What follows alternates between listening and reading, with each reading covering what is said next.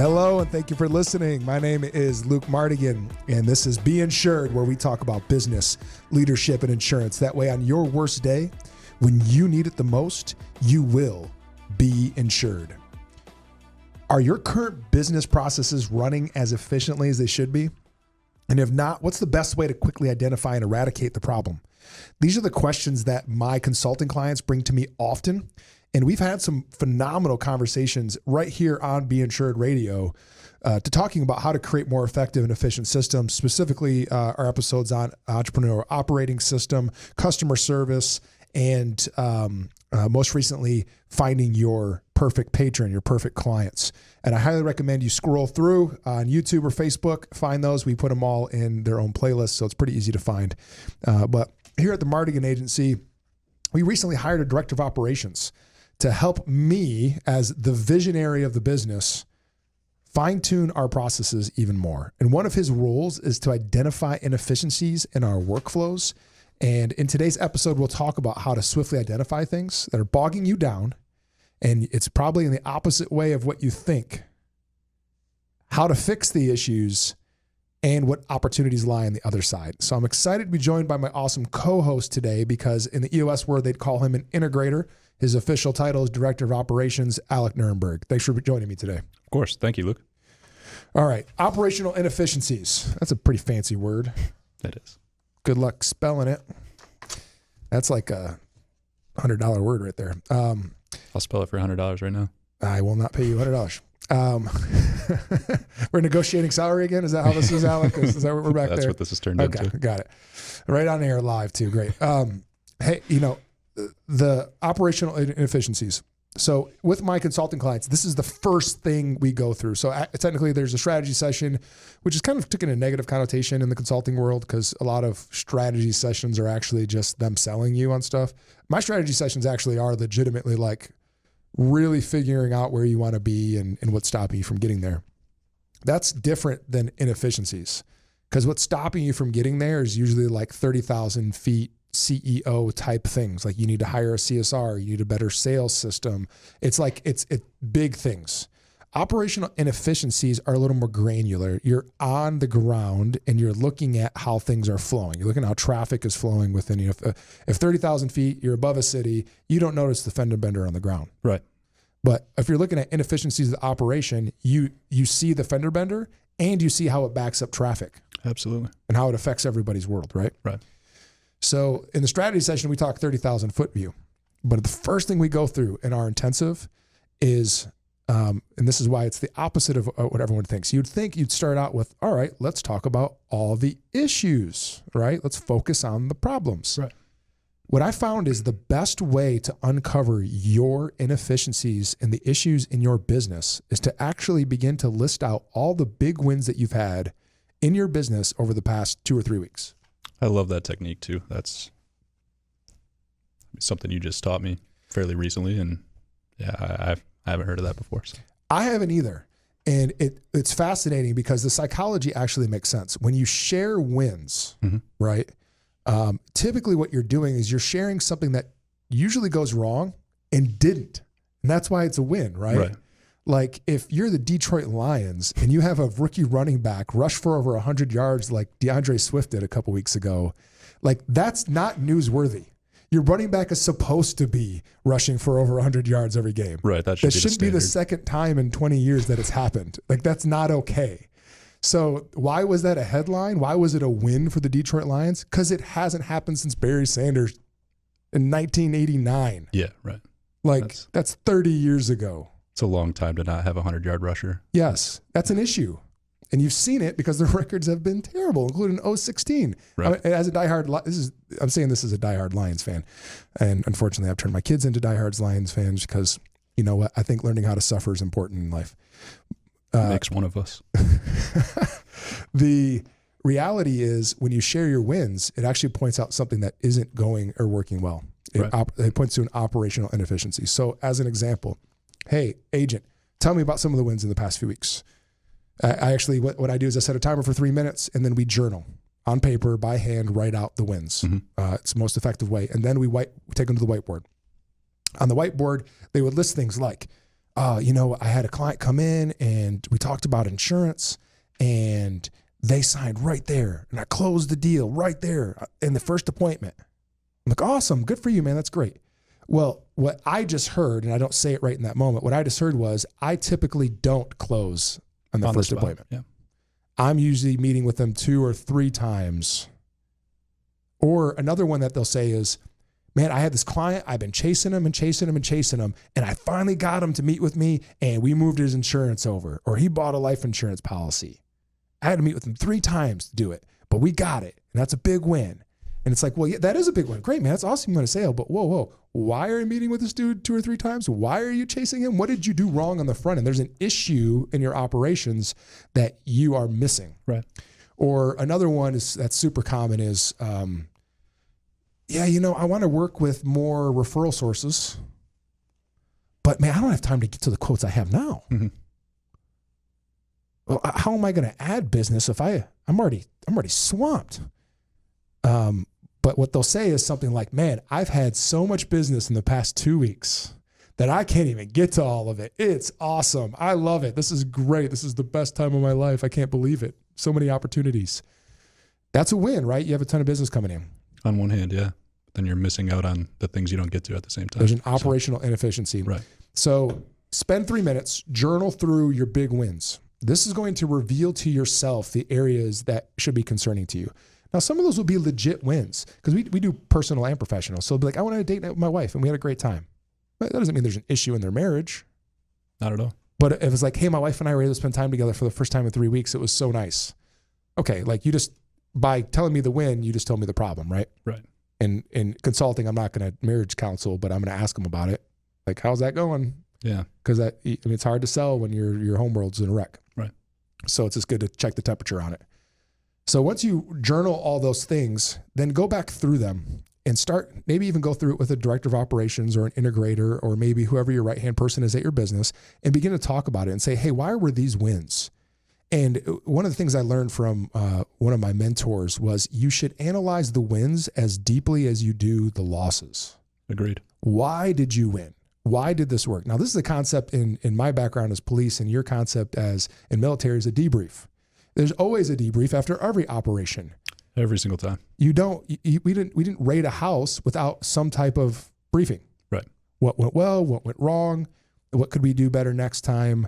How are we going to train to this? Is this something we could have avoided? We did a drive-by. When did we do the drive-by of the house that we were going to raid? We did it 3 hours before. Well, gosh, we need to tighten that window up to an hour and a half. And you start identifying operational inefficiencies, even though the raid was successful. Right. There's always room for improvement. Yeah. As cliche as that sounds, like there always is. Well, talk about your briefings in the military. Like, what were some of the things that you'd go over after an op? Well, before, you're gonna get everything that's handed down to you information wise, like where you're going, what time you're going, who's doing what equipment you're taking. Yeah. So that would be akin to in a business, like, hey, here's everybody's jobs. Right. Right. Like, right. Yeah. This is the responsibility. When we're out of paper, Susie, you're the one who orders new paper and puts it in the machine. Right. Okay. You execute the op, and then afterwards, even if it goes perfect, prepare for, some sort of criticism if you have good leadership. Because like I said before, there's always room for improvement. Everybody can do their jobs better no matter who you are. Jordan could have shot the ball better one game out of his career. Yeah. Tiger could hit the ball a little better every single round he plays. So, we were all pretty, we loved our jobs. We took pride in what we did and we tried to do it the best we could, but we looked forward to that criticism at the end during the debrief, just because we knew after that debrief, the next time we went and did something, we were going to be better at our jobs. Which in your world, it was a safety thing. Yeah. Yeah. Typically. Troop warfare or troop welfare first and foremost, and then mission accomplishment. Some people will flip those around, and that's an argument that's still had today. Well, that's where you got to go read Infinite Game by Simon Sinek and realize that it's not about the mission. Right. It's about the people. Absolutely. So, in those debriefs, as you talk about the things you can do better, and an issue is uncovered, then at least in the military or in the police, we would train to that. Yeah, absolutely. So, we didn't have a lot of shootings when I was at the department. You know, I know it's kind of national news and it's a hot topic right now. Right.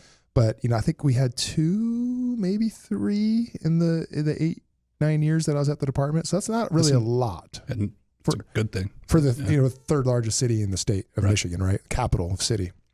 But every time one of those happened, our next range day, we did something different. Yeah.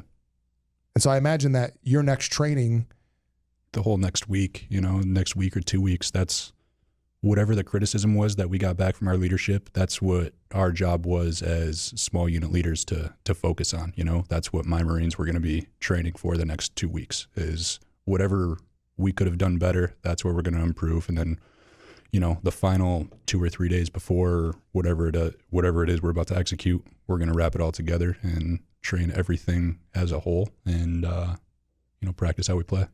Yeah, so I love that. And so that stuff carries over to me into the consulting world because once you have those wins and you brief with somebody on them and they provide that feedback of, hey, you know, you said that's a win.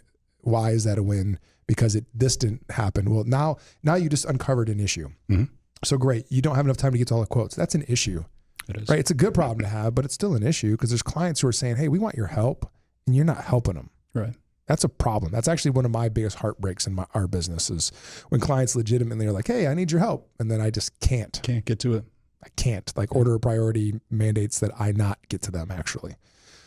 And so that goes on your issues list. And then you create an issue list and you do 3 minutes and you write down all the issues that you could think of. Now, usually they're going to be the most glaring ones. And you're usually going to start number one problem that you're going to write down is going to be your number one problem. Mm-hmm.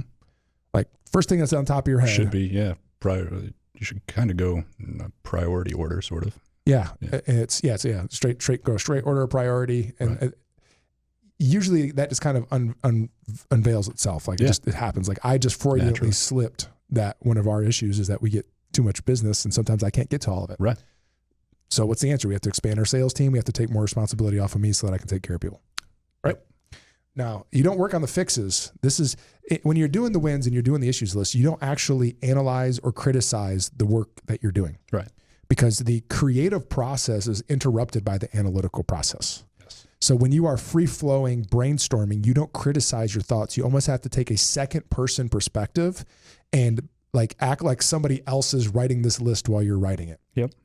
And as you're writing it out, you'll unveil a bunch of issues. But what's cool is when you look at that, after you're done with the issues list, when you look at your issues list, you'll find out there's this common theme amongst certain ones. We had one who literally, it was too much time on paper. After every review, she was sending a letter to the client that was handwritten by her, right? Like typed out and signed and put in, like she filled out the envelope, all that stuff. She was doing all of her front end work, like taking all of her policies and bringing them up on her own. There was nobody like preloading them into her calendar, and all of the work on the back end. Like, so like if she met with a client and they're like, yeah, you know, let's raise our collision deductibles up to 1,000. She was the one who actually moved it to 1,000. Right. And those are, I mean, that's a great thing. You want that in whoever, you want that care and effort into the client by whoever's performing the duty. But at the same time, it points out the issue of trust. Well, issue of trust. And so then it was, okay, well, why don't you trust your people to get that done? Yeah. Oh, they can't. You know, this is our book size and this is how many people I have. Oh, right. Well, then the solution is you hire somebody else. And so literally out of the issues list for her, there ended up only being 3 issues, even though we wrote down like 15 or 20. Mm-hmm. And the number one thing with the most issues under it that could be solved easily by just hiring somebody and having them do it instead.